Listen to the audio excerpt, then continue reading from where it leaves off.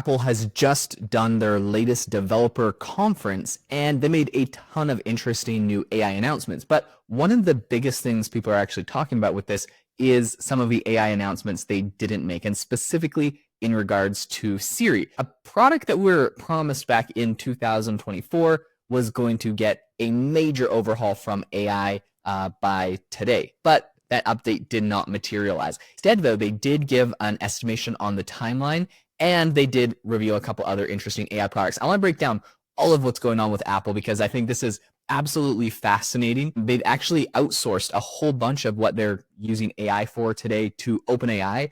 So I want to break all of that down. But before I get into that, I wanted to mention if you've ever wanted to test out all of the latest AI models without having to pay a subscription to every single platform, I'd love for you to try my startup AI Box. AI Box has over 40 different of the top AI models on there from OpenAI, Anthropic, you have Claude, you have Meta, Mistral, NVIDIA, Qwen, X, and you also have a ton of different image generation models like Ideogram, OpenAI's latest image generation models, Flux, which is what Grok uses, the audio models from 11 Labs, a ton of interesting stuff. It's all $20 a month, and you get access to all of that. So if this is interesting, go check it out. The link is aibox.ai. It's my own startup, and so if you see any interesting features, we're actively developing, adding new things every single day. So if you're interested in seeing new features, new updates, let us know what you think. And I would love to have you try the beta of the AI Box Playground. All right, let's get into what Apple is doing.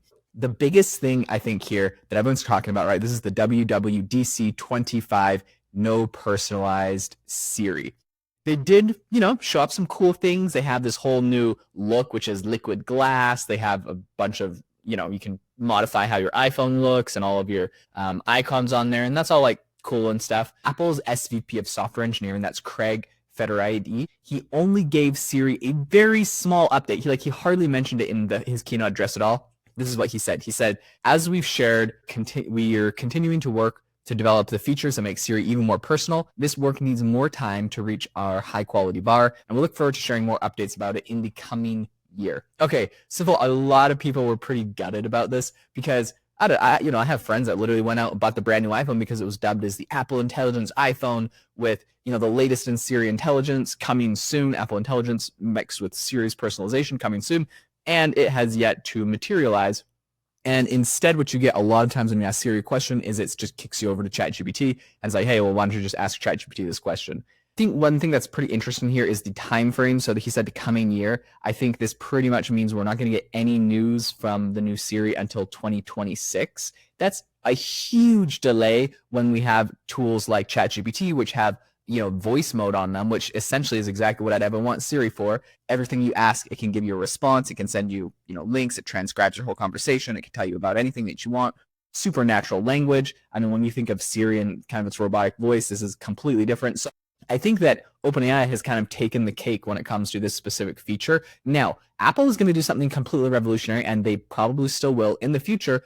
And this is what everyone was excited about, and that's the fact that Siri, beyond just being able to kind of be this voice assistant that can chat with you like ChatGPT can, it was actually going to take action across your app. So we were talking about, who even needs half the startups that exist today? Maybe they're going to go away because you're going to talk to Siri and tell it to do something and it'll go, complete a task for you without you actually needing to use tools to complete that task. It was going to be able to go and execute things on apps and access all your personal information. It was going to know your relationship status. It was going to know where you worked, all this information about you, and be able to, be your personal assistant. So this hasn't materialized. When it does, I will be very excited, but I'm not holding my breath at this point because Apple is notoriously late on all things AI. There's a meme going around right now, and I promise I'll stop putting Apple through the ringer and talk about some cool things that they have announced with AI. But the last thing is this meme that's going around right now, which is the fact that Apple just released a paper where essentially it's a paper saying like, ChatGPT, these LLMs, they don't have true intelligence. They're just really good at pattern recognition, yada, yada. Kind of, I don't know about everybody else, but this is what nerds have known for a very long time. Yes, these things are not actual thinking sentient beings. This is just algorithms and, it's memorizing patterns. Sure. Yeah. Obviously this thing's it's a robot, it's code. So, Apple put out a whole paper on that and they're like, see guys, but anyways, the whole meme is that instead of Apple coming out with some technology to actually compete in the AI space, they're just putting out papers about how unintelligent these LLM models are, where it's like, I don't know. They're incredibly popular. ChatGPT has 600 million monthly active users, so obviously this is what users want. So I don't know. I think kind of crap talking the latest AI tools instead of putting anything out, it leaves a bad taste in a lot of people's mouths when their own products are delayed by years at this point. Since this new Apple Siri was announced back in 24, so it's a little bit now.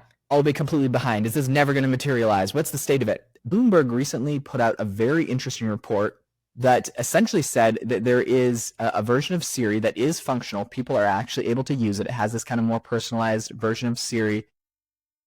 But the problem is that it is not perfect. And Apple obviously has to be perfect at everything it does. So what they were saying was that of the responses that this new Apple Siri gets, only about 66% of them are accurate. So about a third of the time, it's giving inaccurate responses or just not doing a good job. And so, this is the one we're talking about where we actually can take control of apps and do things. And I understand this is a very tricky technical problem. OpenAI has done a phenomenal job with their operator tool, which I use frequently. That it's also not perfect, but I still do use it because it helps me speed up a lot of tasks that I do. But it is $200 a month, so it's not free. You definitely are paying for it.